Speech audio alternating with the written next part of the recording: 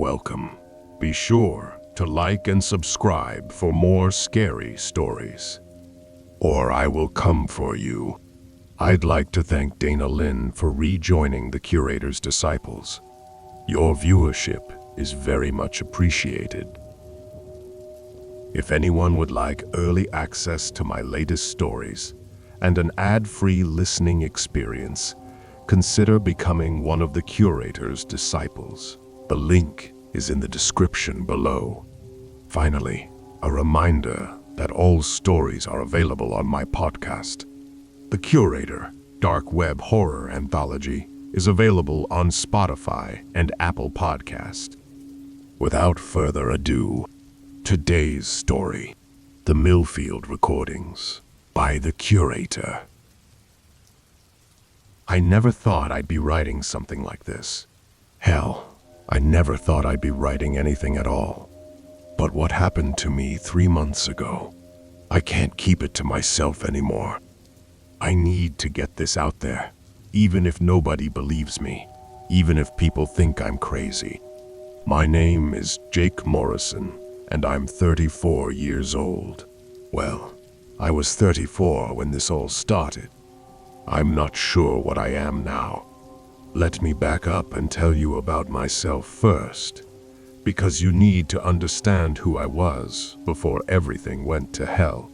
I grew up in a small town called Millfield in northern Wisconsin. Population maybe 3,000 people on a good day. My dad worked at the paper mill until it closed down when I was 16, and after that he mostly just drank beer and watched TV. My mom cleaned houses for rich folks in the next town over. We weren't poor exactly, but we weren't rich either. I was always the weird kid in school. Not weird in a bad way, just different. While other kids were playing sports or getting into trouble, I was reading books about science and watching documentaries about medical stuff. I was fascinated by how the human body worked, especially when things went wrong with it.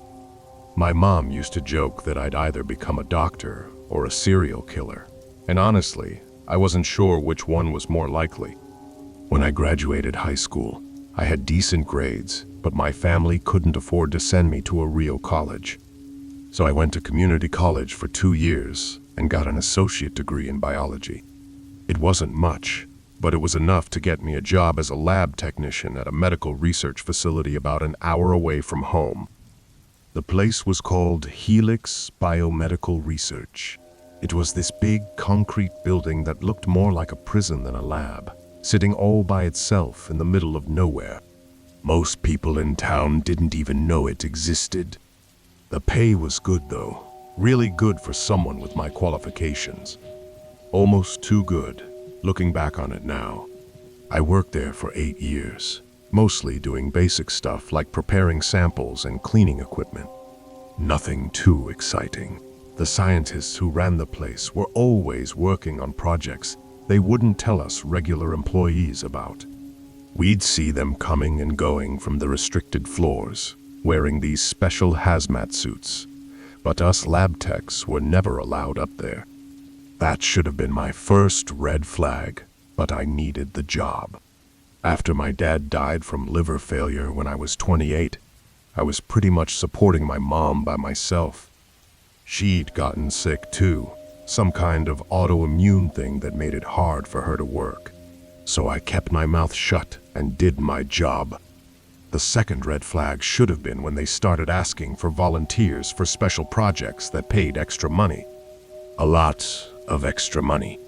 Like more in 1 month than I usually made in 6 months. They said it was just testing new medications, nothing dangerous. All I had to do was stay in a special room for a few weeks and let them monitor me while I took some pills. I should have said no. God, I should have said no. But my mom's medical bills were piling up, and the treatments she needed weren't covered by her insurance. I was already working overtime just to keep up with the regular expenses. When Dr. Vance, one of the head researchers, approached me about joining their volunteer program, I barely hesitated. "It's completely safe, Jake," he told me. He was this tall, thin guy with gray hair and glasses that were always sliding down his nose. We've done extensive testing on lab animals. This is just the final step before we can start human trials through official channels. Think of it as getting a head start. He explained that they were working on a new treatment for autoimmune diseases, something that could potentially help people like my mom.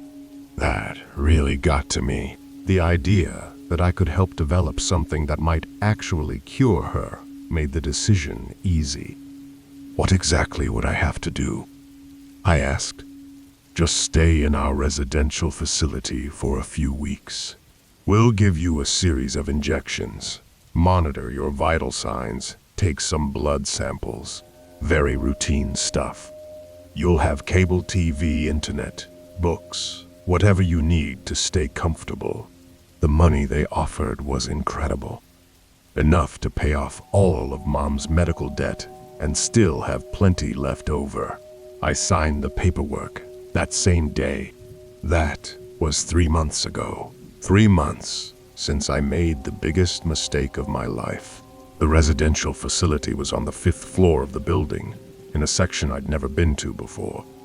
It looked more like a high-end hotel room than a medical facility. Big, comfortable bed, flat-screen TV, mini fridge stocked with snacks and drinks.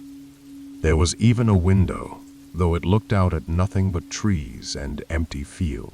Dr. Vance introduced me to the rest of the team. Dr. Sarah Chen, a young Asian woman who seemed nervous all the time. Dr. Marcus Webb, a big guy with a beard who barely looked at me when we shook hands, and Dr. Emily Foster, who would be my primary care physician during the study. We'll be monitoring you around the clock. She was probably in her 40s, with short blonde hair and the kind of smile that didn't reach her eyes. There are cameras in every room except the bathroom, just for safety purposes. If you experience any side effects or discomfort, just press the call button and someone will be here immediately. The first few days were boring. They took baseline measurements of everything you could imagine. Blood pressure, heart rate, temperature, blood samples, urine samples. They even did brain scans and full-body x-rays. I felt like a lab rat, but a well-paid lab rat. On the 4th day, they gave me the first injection. This might sting a little, Dr. Foster said as she prepared the syringe. The liquid inside was clear, but it seemed to shimmer when she moved it. Just a mild fever and some fatigue are normal. Nothing to worry about. She injected it into a vein in my left arm. It didn't hurt much, just a little pinch. But almost immediately I felt this weird warmth spreading through my body, like someone had poured hot water into my bloodstream. How do you feel? Dr. Foster asked, watching my face carefully. Fine, I said. Just warm. She made some notes on her clipboard. That's normal. Get some rest. We'll check on you in a few hours. The warmth faded after about an hour, and I felt pretty normal for the rest of the day. I watched TV and read a book, ate the meals they brought me. Nothing seemed wrong, but that night I started to feel different. It began with chills, not regular chills, but the kind that go right through your bones and make your teeth chatter, no matter how many blankets you pile on. My temperature spiked to 102 degrees, and I was sweating so much that my sheets were soaked. Dr. Foster came to check on me around midnight. She took my temperature and blood pressure, drew some blood, and gave me something for the fever. This is all within normal parameters, she said, but she looked worried. Try to get some sleep. It should pass by morning. It didn't pass by morning. If anything, it got worse. By the time the sun came up, my fever had climbed to 104. I was so weak, I could barely sit up, and everything hurt. Not just muscles and joints, but my skin hurt. Like someone had scrubbed me raw with sandpaper. "We need to discuss something with you, Jake," Dr. Vance said when he came to check on me that afternoon. He was with Dr. Chen and Dr. Webb, and all three of them looked uncomfortable. "What's going on?" I asked. My voice was hoarse, and it hurt to talk. "The treatment is working faster than we anticipated," Dr. Vance said. "Your immune system is responding very aggressively to the therapy. This is actually a good sign, but it means the process is going to be more intensive than we originally thought." "What process?" I tried to sit up, but the room spun around me. "You said this was just testing some pills." Dr. Chen stepped forward. "Jake, we weren't completely honest with you about the nature of this study. What we're testing isn't exactly a traditional medication." My heart started pounding, which made me feel even sicker. "What do you mean?" Dr. Webb spoke up for the first time. "We're testing a revolutionary new form of gene therapy. It's designed to completely restructure your immune system at the cellular level. The process is more complex than we initially explained." "Gene therapy?" I felt panic rising in my chest. "You're changing my DNA?" "Only temporarily," Dr. Foster said quickly. "The effects will wear off in a few weeks. But during that time, your body is going to go through some significant changes.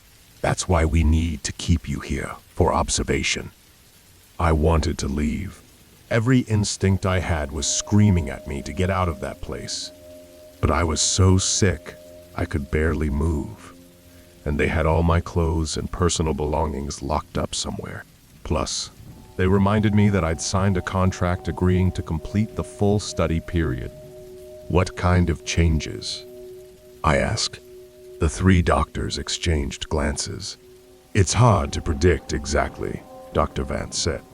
"Every person responds differently, but we'll be monitoring you constantly. And if anything dangerous happens, we can reverse the process." That was a lie. I know that now. They couldn't reverse anything that was happening to me. The next few days were a blur of fever and pain. My temperature kept climbing despite the medications they gave me. 105, 106, 107 degrees.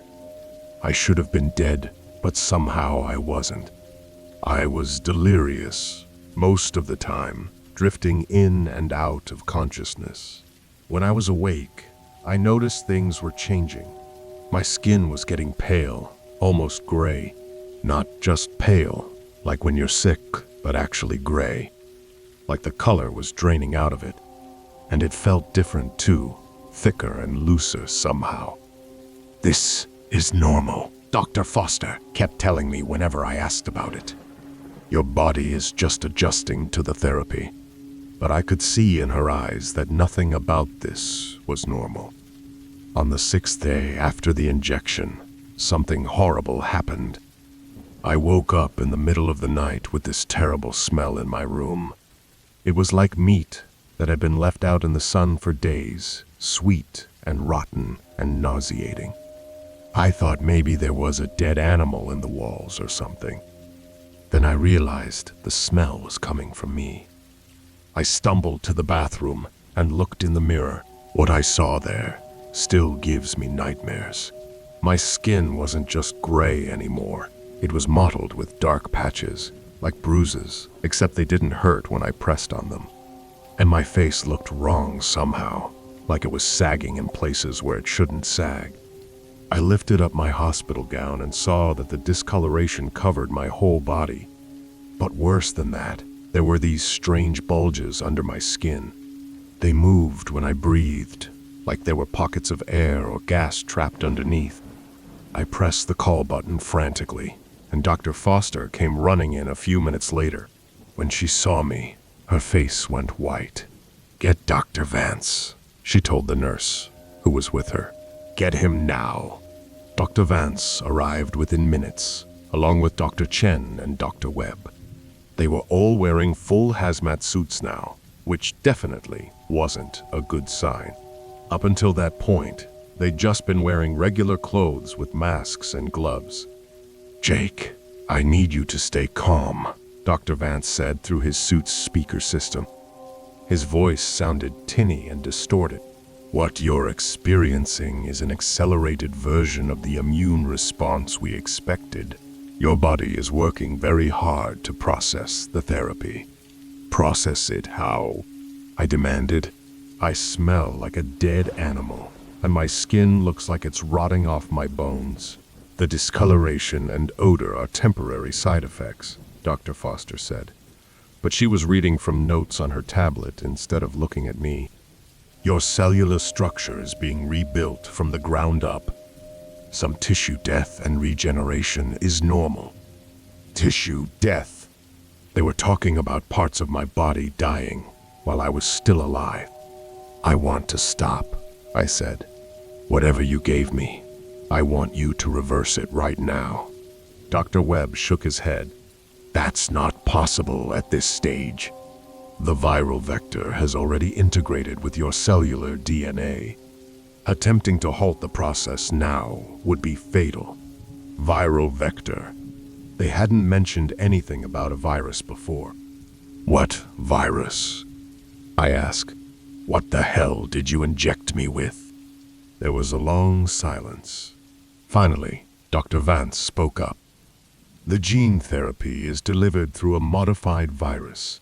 It's completely safe, but it needs to run its course. Trying to stop it prematurely would kill you instantly." I felt like I was going to throw up, but when I tried to get to the bathroom, my legs wouldn't support me.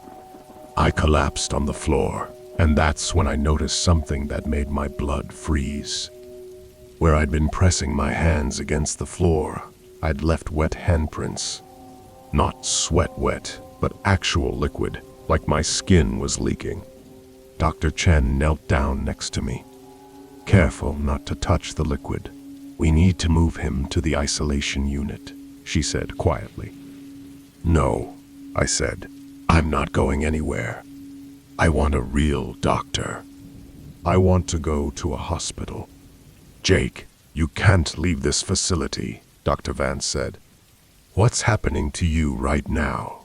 If other people were exposed to it, the results could be catastrophic. You're going through a controlled transformation that we can monitor and manage. But if you left here, you could infect hundreds of people. Infect them with what? The virus we used to deliver the gene therapy is highly contagious in its current state. Until your immune system fully processes it, you're essentially a walking biological weapon." They moved me to a new room that night. This one didn't have any windows, and the walls were some kind of thick metal instead of drywall. There were more cameras too, and what looked like air filtration systems built into the ceiling. The smell got worse over the next few days, much worse. It wasn't just coming from my skin anymore, but from my breath and even from my sweat. The whole room reeked like a morgue, and the physical changes kept getting more extreme. On day 9, I woke up and found clumps of my hair on the pillow. Not just a few strands, but whole chunks that had fallen out during the night. When I ran my fingers through what was left, more came out in my hands. My skin was getting looser too. I could grab folds of it and pull them away from my body like it wasn't attached properly anymore. And those gas bubbles under the surface were getting bigger. I could actually hear them sometimes, making little popping and crackling sounds. The worst part was that I could feel everything that was happening. Whatever they'd done to me, it hadn't damaged my nervous system. I was completely aware of every horrible change my body was going through. On day 12, I threw up for the first time since the initial fever.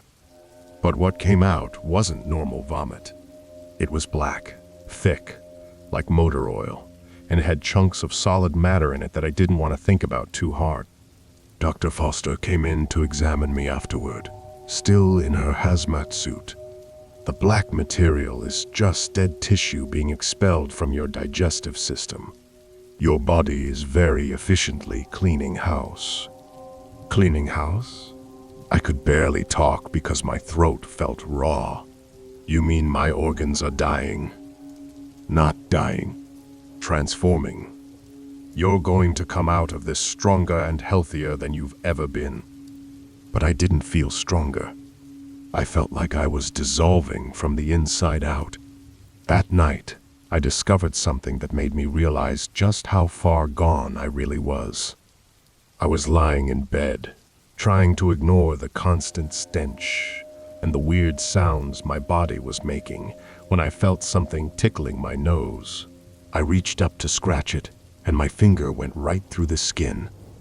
There was a hole in my nostril. Not a cut or a sore, but an actual hole where the tissue had just disappeared. I could stick my finger all the way through it, into my nasal cavity. I stumbled to the mirror in the bathroom, and what I saw there wasn't human anymore. My face was collapsing, not sagging like an old person, but actually caving in where the underlying structure had dissolved. My cheeks had these deep hollows, and around my eyes, the skin was so thin I could see the blood vessels underneath. But the worst part was my mouth. My gums had receded so much that my teeth looked huge, and they were loose in their sockets.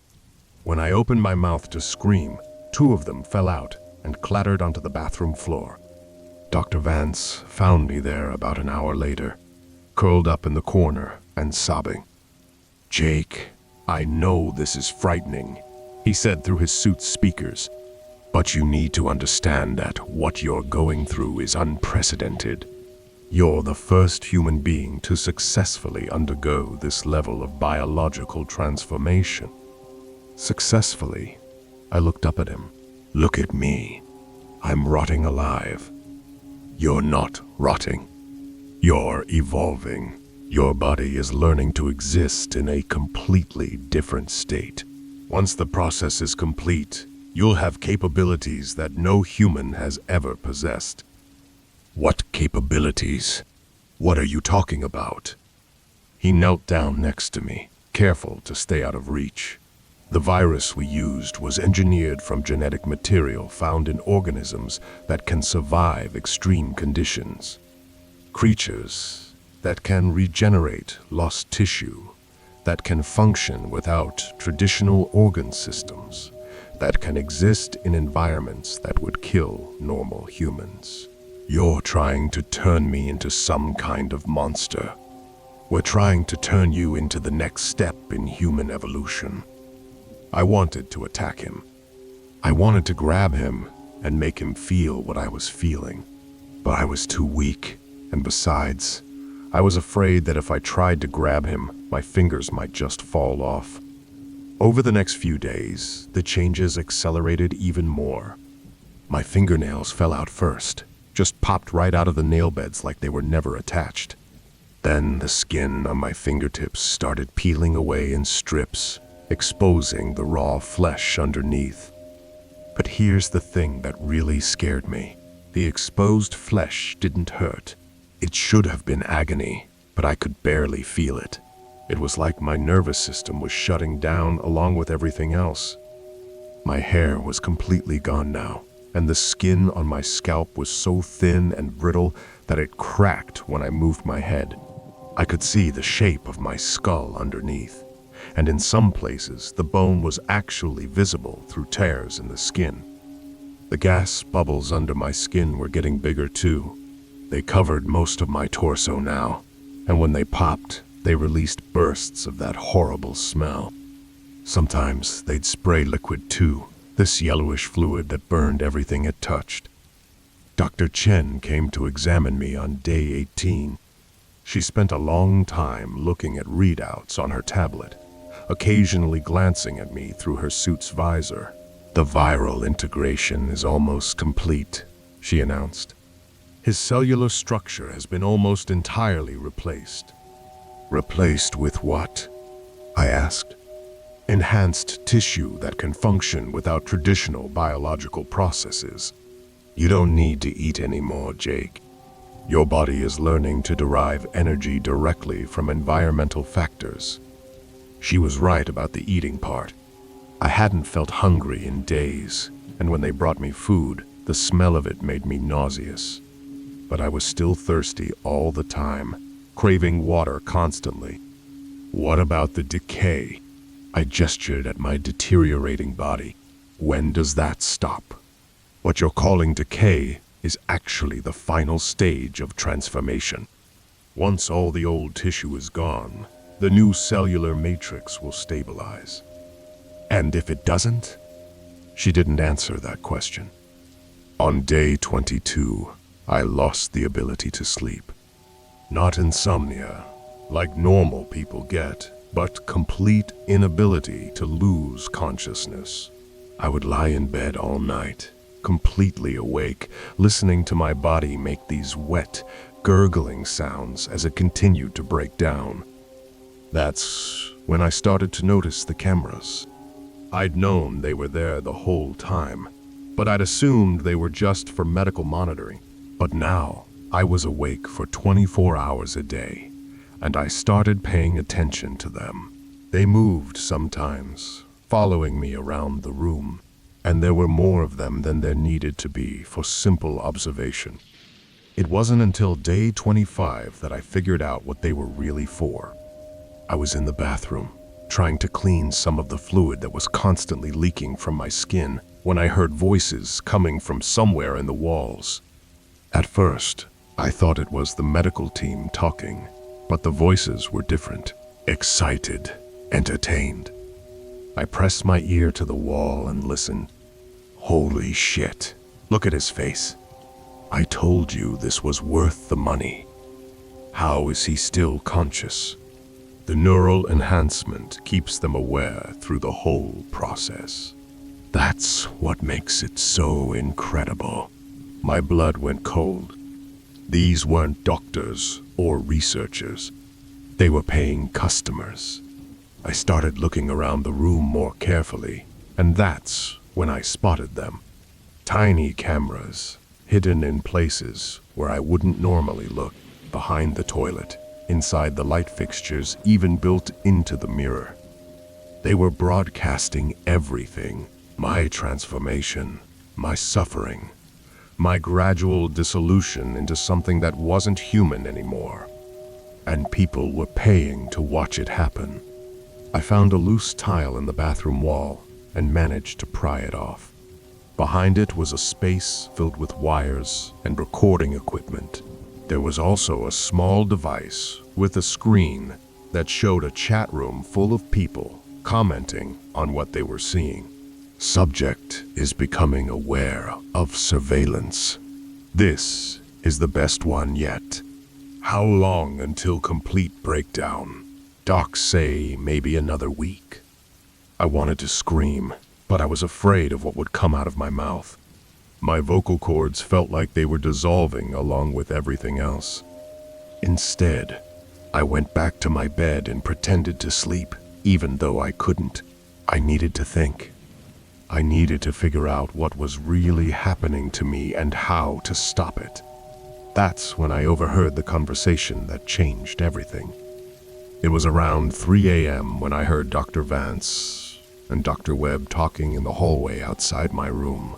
They thought I was asleep, but like I said, I couldn't sleep anymore. I pressed my ear to the door and listened. The forum subscribers are getting restless, Dr. Webb was saying. They want to see the final stage. He's not ready yet, Dr. Vance replied. The cellular breakdown needs to reach at least 70% before we can safely introduce the larvae. Larva. My stomach dropped. What larva? We're already at 65%, Dr. Webb said. His organ liquefaction is ahead of schedule. The liver started breaking down yesterday, and we're seeing early signs of kidney failure. What about brain function? Still completely intact. The neural preservation protocol is working perfectly. He'll be conscious and aware right up until the end. Good, that's what they're paying for. I backed away from the door, my legs shaking. organ liquefaction. They were talking about my organs turning to liquid while I was still alive, and something about larvae that they were planning to introduce into my body. I had to get out of there. I spent the next hour searching my room for anything I could use as a weapon or a tool to escape. But everything was bolted down or made of soft materials that couldn't hurt anyone.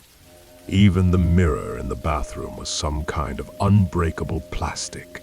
The only thing I found was a sharp edge on the metal bed frame, where two pieces of steel had been welded together. It wasn't much, but it was better than nothing. I used it to work on the screws holding the air vent cover in place.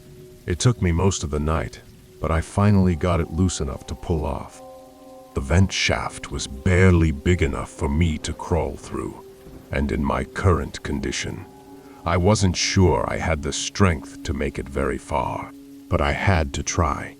I waited until the morning shift change, when I knew there would be fewer people monitoring the cameras, then squeezed myself into the vent.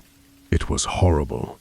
The metal was cold against my deteriorating skin, and every movement sent pain through my body. Chunks of flesh kept getting scraped off by the rough edges, leaving a trail of blood and other fluids behind me.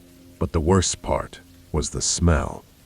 In that enclosed space, the stench of my own decay was overwhelming.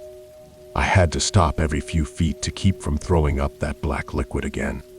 The vent system seemed to go on forever. I crawled through darkness for what felt like hours, following the airflow and hoping it would lead me to an exit. My knees and elbows were raw and bleeding by the time I finally saw a light ahead. I emerged into some kind of storage room filled with cleaning supplies and equipment. My whole body was shaking from exhaustion, and I could barely stand up. But I was out of that room. For the first time in weeks, I was somewhere they couldn't monitor my every move. I found some janitor's clothes that more or less fit me and put them on to cover up the worst of my physical condition. Then I started looking for a way out of the building. The storage room was in the basement, and I could hear activity on the floors above me. I found a stairwell and started climbing, staying close to the walls and listening for footsteps. On the third floor, I heard something that made me freeze. Screaming. Not just one person, but multiple voices screaming in agony. It was coming from behind a set of heavy steel doors marked restricted access, authorized personnel only. I knew I should keep moving, try to get out of the building while I still could. But something made me stop and listen. The screaming wasn't random. It had a rhythm to it, like it was happening in response to something specific. And underneath it, I could hear other sounds. Wet, organic sounds that made my skin crawl. I found an observation window next to the doors and looked through it. What I saw in that room still haunts me. There were maybe a dozen people strapped to medical tables, all in various stages of the same transformation I was going through. But they were further along than me. Much further along. One woman's entire torso had caved in, like her ribcage had collapsed. I could see her heart beating through a hole in her chest. But it didn't look like a normal heart anymore. It was black and swollen, and it was covered in what looked like insects. A man on the table next to her was missing most of his face. His skull was visible, but there were things crawling in and out of his eye sockets. Small, white, worm-like creatures that moved in coordinated patterns. But the worst part was that they were all still conscious. Their eyes were moving, tracking the doctors who were working on them. They were aware of everything that was happening to their bodies. Dr. Foster was in there, along with some technicians I didn't recognize. They were using some kind of instruments to extract those worm-like creatures from the patients and transfer them to specimen containers. That's when I realized what the larvae were that I'd heard them talking about. They weren't being introduced into our bodies from outside. Our bodies were creating them. We were being turned into incubators for some kind of parasitic organism. I watched Dr. Foster extract a particularly large specimen from the man's nasal cavity. It was easily 6 inches long and as thick as my thumb. When she pulled it out, it writhed around in her forceps, trying to get back to its host. The man's mouth opened in a silent scream. No sound came out, because his vocal cords had probably dissolved days ago. I backed away from the window, fighting the urge to vomit. I had to get out of there before they realized I was missing. Before I ended up on one of those tables. I made it to the ground floor without running into anyone, but when I got to the main exit, I found it was locked with some kind of electronic security system that required a key card. I was trapped. That's when I heard the alarms start going off. They discovered I was missing. I could hear voices shouting and footsteps running through the hallways above me. I found an emergency exit that led to a fire escape, but it was also alarmed. The second I pushed the door open, sirens started blaring throughout the entire building. But I was outside, for the first time in almost a month. I was breathing fresh air and feeling sunlight on my skin. The sensation was incredible, but it also made me realize just how far I deteriorated. The sunlight actually hurt my skin, like I was being burned by it, and my eyes couldn't adjust to the brightness after so long in artificial light. I stumbled down the fire escape and ran into the woods behind the building. I could hear vehicles starting up in the parking lot, and I knew they'd be coming after me soon. I had maybe a 10-minute head start, and I was in no condition for a foot chase through the wilderness. But I knew these woods. I'd grown up exploring them when I was a kid.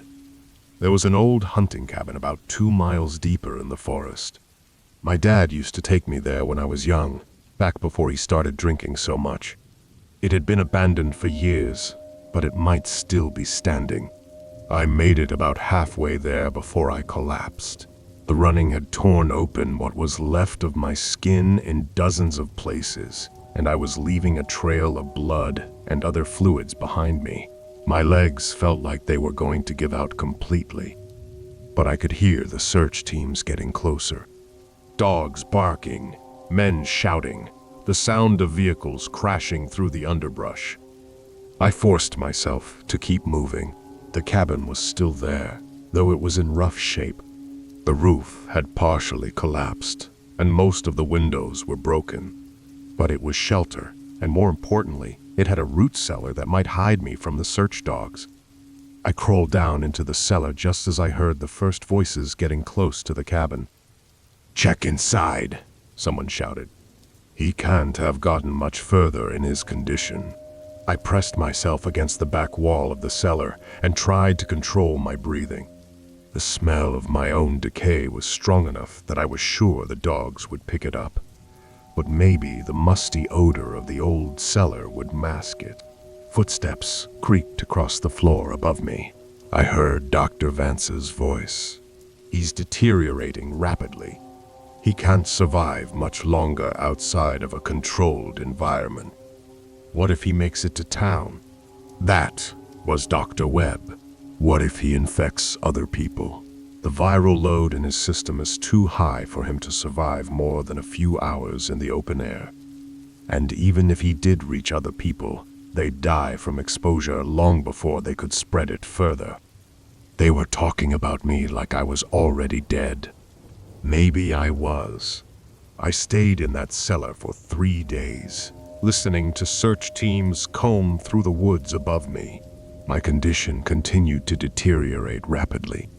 More skin fell off, more internal organs liquefied, and were expelled from my body in ways I don't want to describe. But I didn't die. On the 4th day, the search teams gave up and left. I waited until I couldn't hear any vehicles or voices, then crawled out of the cellar. The sunlight was even more painful now, but I forced myself to look at my reflection in a piece of broken mirror I found in the cabin. I wasn't human anymore. I don't know what I was, but it wasn't human. Most of my face was gone. My nose had completely collapsed, leaving just a gaping hole in the center of my face. My lips had dissolved, exposing my teeth and gums. What was left of my hair was white and brittle, falling out in clumps. But my eyes were still there, still aware, still completely conscious of everything that was happening to me. I spent another week in the woods, hiding during the day and moving at night. I was looking for something, though I wasn't sure what. Evidence, maybe. Some way to expose what Helix Biomedical was doing to people. That's when I found the other cabin. It was newer than the hunting cabin, hidden deep in a valley that you couldn't see from any road or trail. As I got closer, I realized it wasn't abandoned. There were lights on inside, and I could see the glow of computer screens through the windows. I crept up to one of the windows and looked inside. There were maybe 6 people inside, all sitting at computer workstations. But they weren't researchers or scientists. They looked like regular people, and they were all watching multiple video feeds on their screens. Video feeds of people like me. I recognized some of the rooms from Helix Biomedical, but others were different locations. Other facilities, other victims going through the same transformation I'd experienced. This was the hub, the place where they coordinated everything, where the paying customers could log in to watch people being turned into monsters for their entertainment. One of the screens showed a live feed from the room I'd escaped from. There was someone new strapped to the bed, a young woman who looked like she was maybe in her early 20s. She was still in the early stages, just starting to show the gray skin and fever symptoms.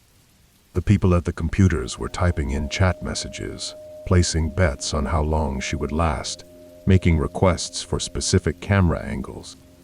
I wanted to kill them all. I wanted to tear them apart with whatever was left of my hands. But I was too weak, and besides, I had a better idea. I waited until most of them left for the night, leaving just one person monitoring the feeds. Then I broke in through a back window. The guy at the computer didn't even notice me at first. He was too focused on his screens, typing messages to other users about what they were watching. When he finally turned around and saw me, he screamed. I didn't hurt him. I just walked up to his workstation and started typing. I had access to everything. All the video files, all the subscriber lists, all the financial records showing how much money they were making from this operation. I copied everything I could onto multiple flash drives. Then, I did something that probably saved a lot of lives. I sent emergency messages to every law enforcement agency I could think of, along with the GPS coordinates of Helix Biomedical and detailed descriptions of what they were doing there. By the time I finished, I could hear sirens in the distance. The guy I'd trapped was unconscious, probably from shock at seeing what I'd become. I took the flash drives and left through the same window I'd come in.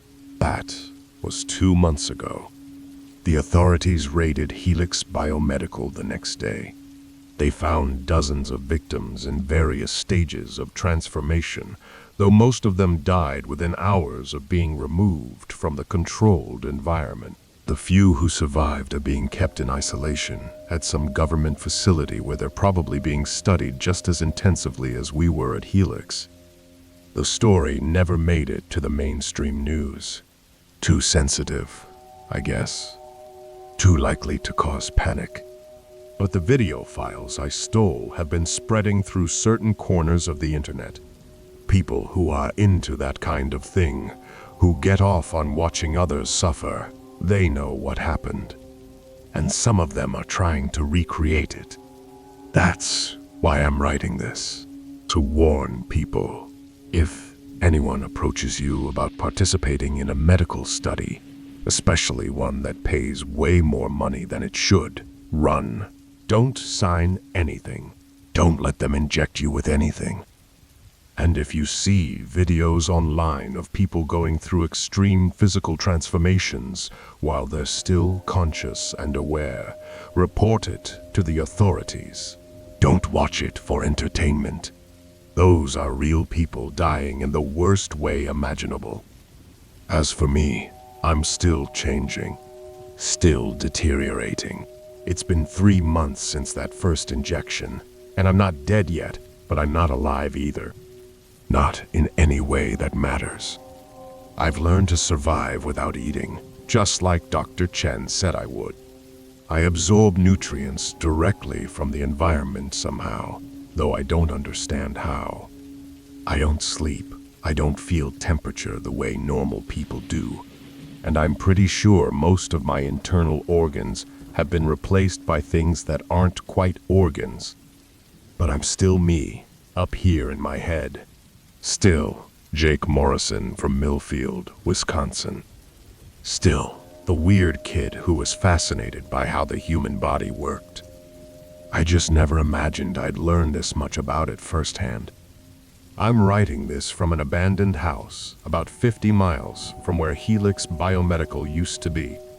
I move around a lot, staying away from people. Not because I'm dangerous to them, but because they're dangerous to me. Some of the people who were customers of that streaming service are still out there, still looking for subjects for their entertainment. And there are others who've taken an interest in what I've become, who want to study me or exploit me in other ways. I won't let that happen again. But I needed to get this story out there, to warn people about what's possible when science goes wrong and money becomes more important than human life.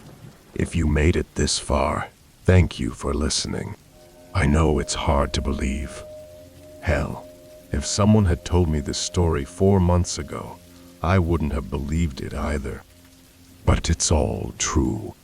Every horrible detail. And somewhere out there, it's probably still happening. This is the Curator. I hope you've enjoyed today's scary story. Until next time.